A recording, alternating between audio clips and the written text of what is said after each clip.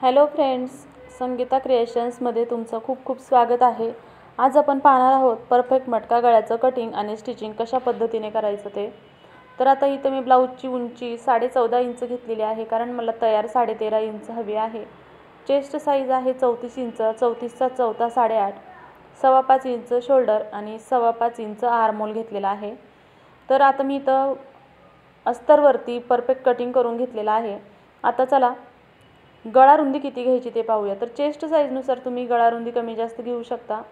मला इथं deep neck हवा आहे, म्हणून मी 2.25 इंच रुंद 34 साईजसाठी गळा घेतलेला आहे। गळा खोली तुम्हाला हवी तेवढी तुम्ही घेऊ शकता। मी इथं 10 इंच घेतलेले आहे, कारण मला तयार 9.5 इंच लांब गळा हवा आहे। आता हा बॉक्स मी आखून घेतला। आता या बॉक्सच्या खालपासून वरती मी 1.5 इंचावरती एक मार्किंग करून घेत आहे। अशा पद्धतीने मेजरमेंट देऊन जर तुम्ही मटका गळ्याचं कटिंग केलं तर गळ्याचा आकार परफेक्ट येणार याची खात्री। तर मी वरती 1.5 इंच आणि आतल्या बाजूने 1.5 इंच घेतलंय। जर हेवी साईजचं ब्लाऊज असेल मोठा तर तुम्ही 1.5 इंचापर्यंत घेऊ शकता। आणि त्यानंतर इथे मी वरच्या बाजूने 3 इंचावरती खाली आणि आतल्या बाजूला अर्धा इंच असं मार्जिन घेतलेलं आहे। आणि आता आपण जे डॉट पॉइंट दिलेला आहे त्या पॉइंटवरून आपण गळ्याचं असं मार्किंग करून घेऊया। इथे पाहू शकता मी अशा पद्धतीने मार्किंग केलेलं आहे। अशा पद्धतीने परफेक्ट मेजरमेंट घेऊन जर तुम्ही मटका गळ्याचा आकार टाकून घेतला तर मटका गळ्याचा आकार खूप छान येणार। हे पहा, अशा पद्धतीने मी परफेक्ट मटका गळ्याचा आकार देऊन घेतलेला आहे। आता हा गळा आपण कट करून घेऊया।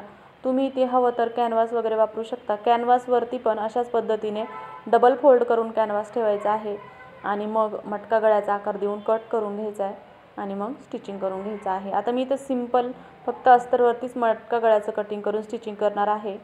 तर चला नुसतं बिना कॅनव्हासचं कटिंग आणि स्टिचिंग कसं करायचं त्याचा व्हिडिओ पाहूया पूर्ण।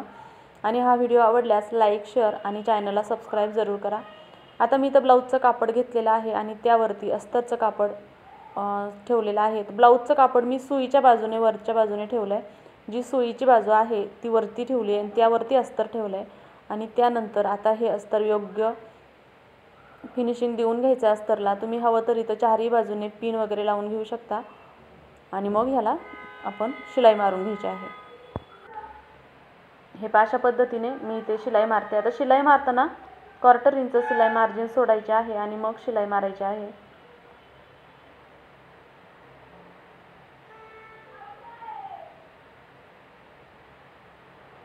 हे अशा पद्धतीने मी शिलाई मारून घेतलेली आहे। त्यानंतर आता गळ्याचा भाग अगोदर कट करून घ्यायचा आहे।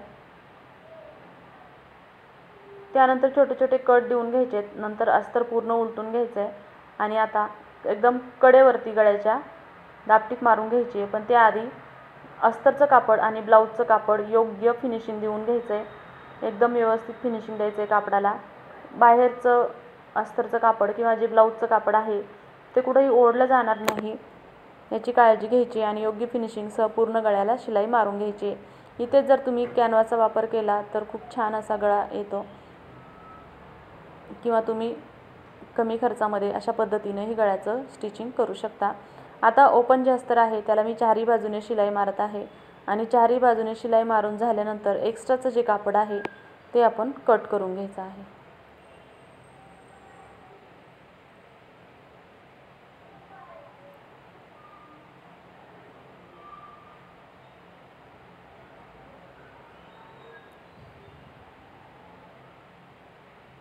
हे अशा पद्धतीने एक्स्ट्राचं कापड कट करून झालं की आपण नेहमीप्रमाणे ब्लाऊजला जसे टक्स घालतो त्याच पद्धतीने टक्स घालून घेणार आहोत।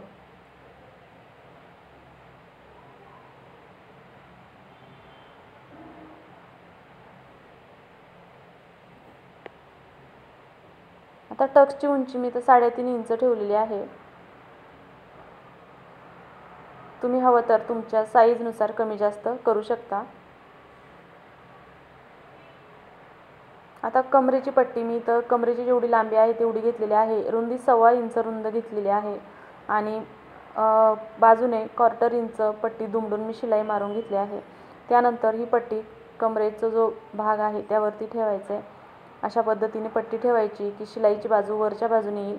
नंतर ही पट्टी आतमध्ये दुमडून घ्यायची आहे।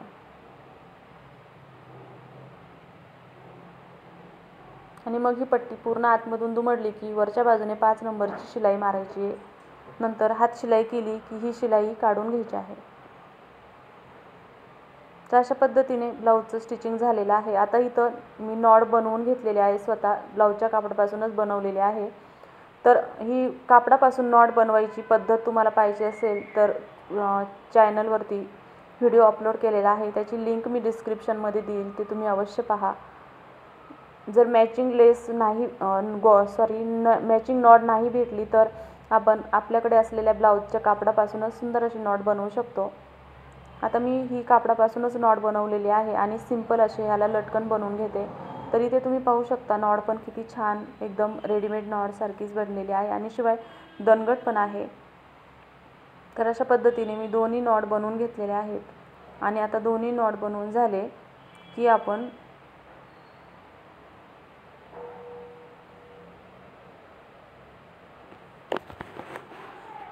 या नॉडला सेंटरला मधोमध कट करून घ्यायचे आणि ब्लाऊजच्या वरच्या बाजूने 3 इंचावरती एक मार्किंग करते, कारण अर्धा इंच शिलाईमध्ये जातं आणि गळ्याची नॉड ही नेहमी 2.5 इंच मार्जिनवरतीच लावतात. तर अशा पद्धतीने ही नॉड मी जोडून घेत आहे. ब्लाऊजचं शोल्डर जॉईन केल्यानंतर जर तुम्हाला मेजरमेंट घ्यायचं असेल तर तुम्ही 2.5 इंचच घ्या, पण जर जॉईन न करता घेतलं असेल तर 3 इंचावरती घ्यायचं. तर अशा पद्धतीने ब्लाऊजचं कटिंग आणि स्टिचिंग पूर्ण झालेलं आहे. पाहू शकता सुंदर असा मटका गळा बनवून तयार झालेला आहे. तुम्हाला जर हा व्हिडिओ आवडला असेल तर व्हिडिओला लाईक, शेअर आणि चॅनलला सबस्क्राईब जरूर करा. तर पूर्ण व्हिडिओ पाहिल्याबद्दल खूप खूप धन्यवाद आणि सर्वांना श्री स्वामी समर्थ.